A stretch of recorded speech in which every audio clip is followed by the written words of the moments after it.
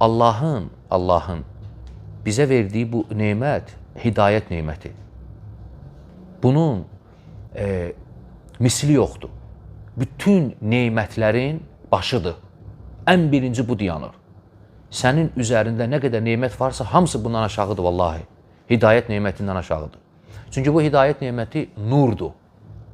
Allah insanın qəlbinə salır. Hidayətdir. Bunu başqa şeylə əldə eləmək olmur. Get dünyanı gəz. Gəz dolaş. Nə qədər pulun olsun. Kim olursan ol həyatda. Əgər Allah subhanahu və teala o hidayəti, o nuru sənin qəlbinə salmasa, mümkün deyil sən doğru yola yönələsən.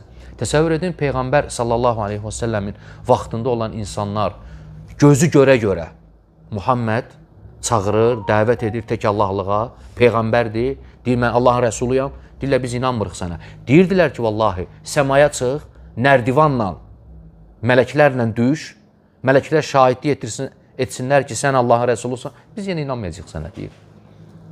Yəni bu nə deməkdir? Yəni o vaxtda yaşamaqla deyil, görməklə deyil. Amma sən 14 əsrdir keçib üstündən, 1400 il sənə gəlib deyiblər ki, Muhammed Allahın rəsuludur, şəriət onundur, Allahın kitabıdır Quran, sən ona əməl edirsən, sən təslim olmuşsan, sən yönəlmirsən bu dinə. Bu Allahın bir nemətidir. Heç bir yol yoxdur bunu əldə etmək üçün. Yalnız ya Allah verəcək, ya da mümkün deyil. Vallahi insanlar var ki, onlar həyatları çox pis olub. Çox pis olublar. Onlar vurublar, yıxıblar, əyləniblər. Onlar hər cür fuhuş əməlləri, Allaha asi olan əməlləri ediblər. Lakin sonda Allah subhanahu və teala görürsən öz sevdiyi, bildiyi hikmətə görə onları hidayət edib. Allah Teala onların qəlbində olan xeyri görüb. Allah Teala onlara xeyr istəyib. Allah Teala onları müvəffəq edib. Bu böyük bir şeydir. Yoxsa əldə etmək mümkün deyil bunu.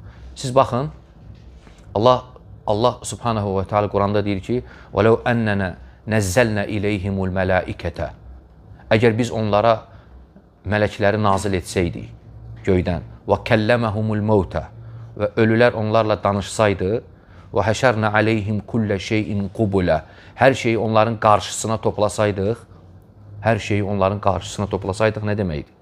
Yəni cənnət, cəhənnəm, hamısı sənin qarşındadır. İnanırsan ya yox?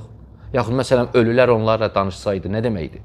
Ölü qəbirdən çıxıb deyir ki, qardaşım, hər şeyi gördüm, sorğu, sual, hamısı haqdır. İman gətir.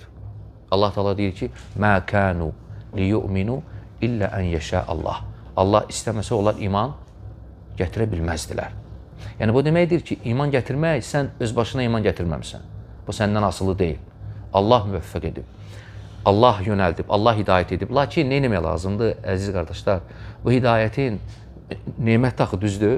Bütün nemətlər şükürlə qarşılanmasa, o alınır, bu cürdür, bu qaydadır bu.